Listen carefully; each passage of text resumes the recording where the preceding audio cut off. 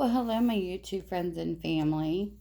So today I want to ask a favor. I need like 3 people to go over and subscribe to Patti Lang's channel. We're trying to get her to 800 people, and I think she's only like 3 away. It would be very appreciated if you don't have her. She's awesome. She does live vintage sales. So this is like a secret at the beginning of the video.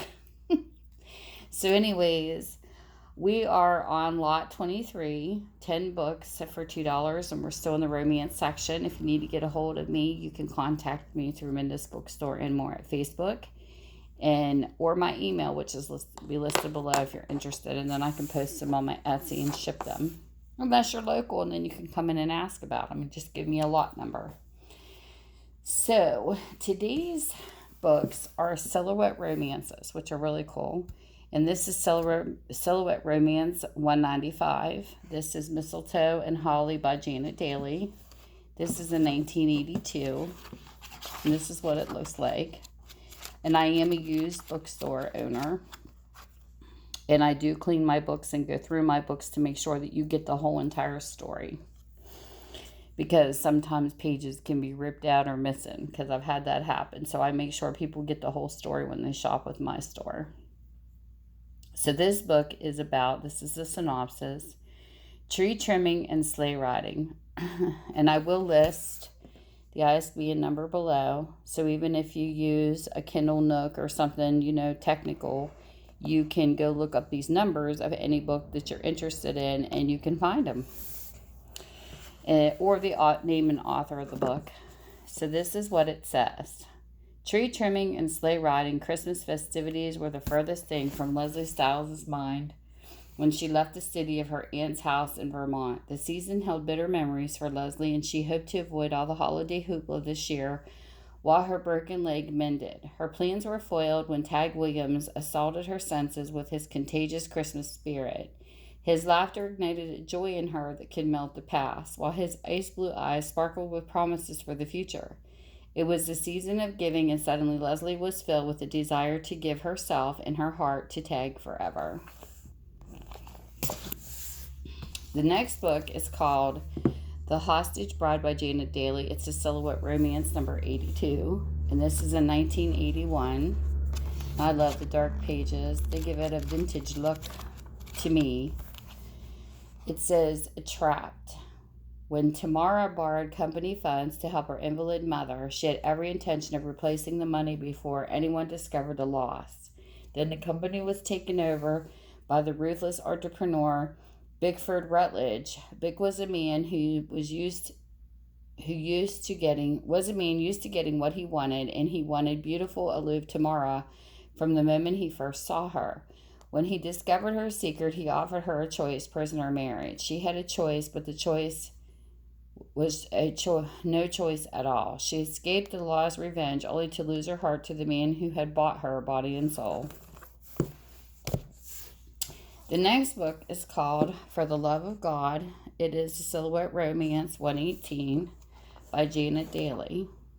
This is a 1981 copyright. This is what it looks like. And the synopsis says what the book is about. A match made in heaven. He was the good Samaritan who offered her roadside help then stepped into his green sports car and disappeared. Abby Scott suddenly forgot the broken heart that had brought her home to Eureka, Arkansas. She only remembered the burning eyes and the rugged face that belonged to Seth Talbot. Eureka's new minister, the object of all eyes and tongues, nothing about him suggested a man of God. He was too virile, too rebellious, too independent. If he was heaven sent, why did she hold him at arm's length? Did she fear the gossip or the clerical collar?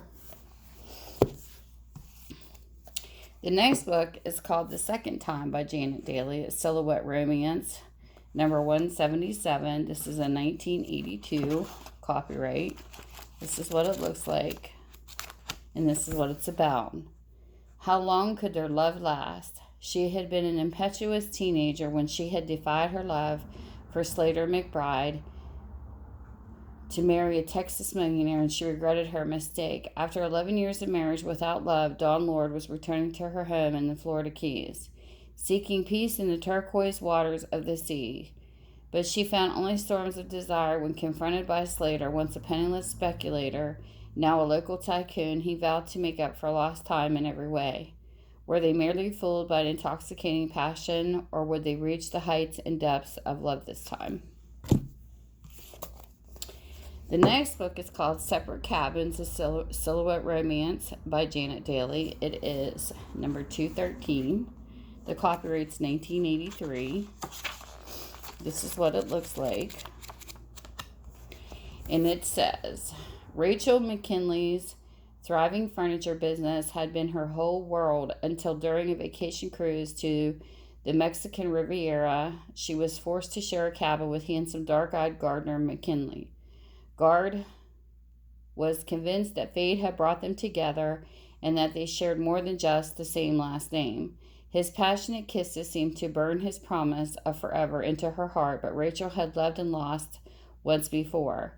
Should she believe Gard's tender vows for the future? Or has she fallen desperately in love with the man who wanted nothing more than a shipboard affair? The next book is called The Lancaster Men. This is by Janet Dailey again. She must be popular. Silhouette Romance 106. This is a 1981. This is what the book looks like. It says, she couldn't deny her feelings any longer. 3 years after Sherry escaped from the Lancaster family patriarch, she returned home at the news of her mother's stroke. The reunion with her stepbrother, Whit Lancaster, brought the unexpected revelation that his feelings were far from brotherly. Could their love for each other grow amid the Lancaster family tradition of male superiority? Could Whit ever see her as a young woman to be loved rather than ruled? The next book, it's got horses. I love horses. This is Western Man by Janet Dailey. It's a Silhouette Romance, number 231. It's a 1983 copyright, and this is what it looks like. And it says, no longer a starry-eyed child, for years Sharon Powell had idolized Rich Holiday, the arrogant rancher whose western Colorado spread adjoined her family's. Ridge had always indulged her wide-eyed adoration, yet Sharon realized that he saw her only as an amusing child and fought hard to overcome her infatuation. Now no longer an impressionable teenager, she was immune to his lazy sensuality and meaningless love games, or so she thought. Had she conquered an adolescent crush only to have it replaced with the heated passion of a full-blooded woman? The next Silhouette Romance, number 273, is Time for Us by Patti Beckman. This is actually a 1984. Let's get rating there. This is what it looks like. And it says, would she fly solo forever? Kristen was flying solo in her first cross-country race, and if she won, the prize money would be enough to buy her own business. She was literally sky high. Then Gentry O'Keefe landed in her life again, upsetting all her careful plans. Gentry not only intended to pilot his own plane in the race, but also still wanted to make Kristen his co-pilot, cruising the open skies. Kristen could admit that Gentry was the only man she'd ever loved. He sent her desire soaring again, but could her heart survive another crash landing? The next book is Bachelor at the Wedding by Sandra Steffen. It's a Silhouette Romance 1045. It is a 1994.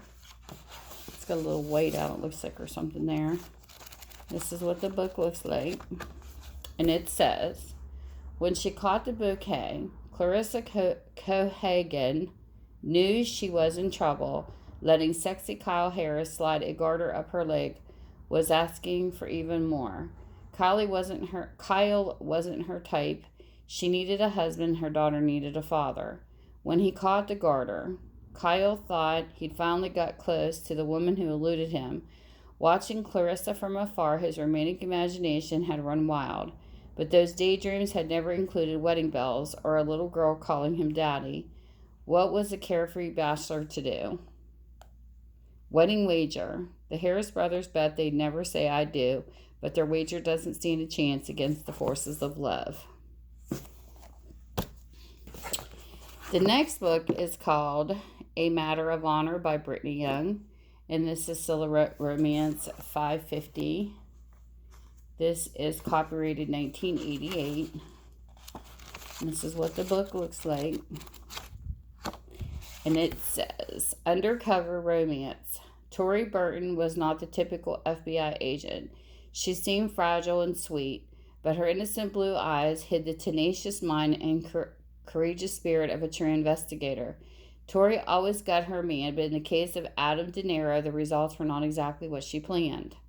Her assignment was to infiltrate the world of organized crime, and Adam, with his checkered family history, was just the man to help. Tori found it difficult to trust enigmatic, compelling Adam, and she was finding it even harder to keep her growing attraction to him undercover. That sounds good. So those are the books of the day. And I want to thank you guys for sticking around and spending your time with me today. And you guys have a great day. Bye. Mwah.